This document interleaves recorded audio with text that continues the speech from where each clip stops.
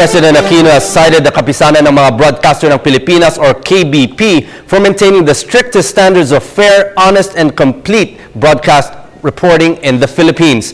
The President spoke during the KBP's 38th top-level management conference in Tagaytay City. In his speech, the President also touched on the right of reply bill. Here's Freddy Abando with the details. There is no reason to fear the right to reply, proposed as one of the provisions of the Freedom of Information Bill pending before the House Committee on Public Information.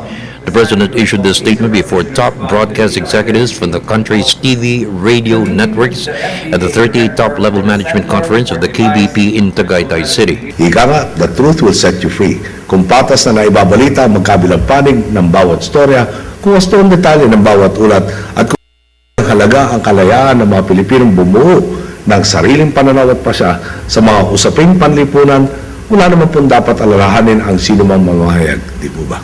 The right to reply provision was proposed by Congressman Rodolfo Antonino but was not inserted in the Consolidated Freedom of Information Bill authored by Deputy Speaker Erin Tanyada.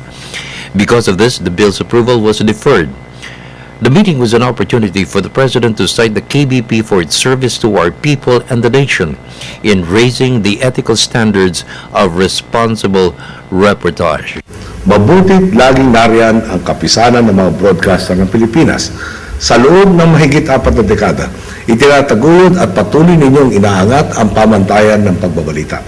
Kasabayan ng pangangalaga sa mga karapatan ng inyong kasapi bilang mga broadcaster, isinusulong din ninyo ang responsableng pamamahayag sa inyong masugid na pagbabantay sa ethical standards sa broadcast media. At nakakatawa po ang pakikipagbayanihan ng KBP sa pamahalaan.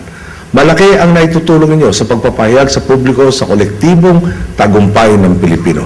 For the Television Network, this is Freddy Abando reporting.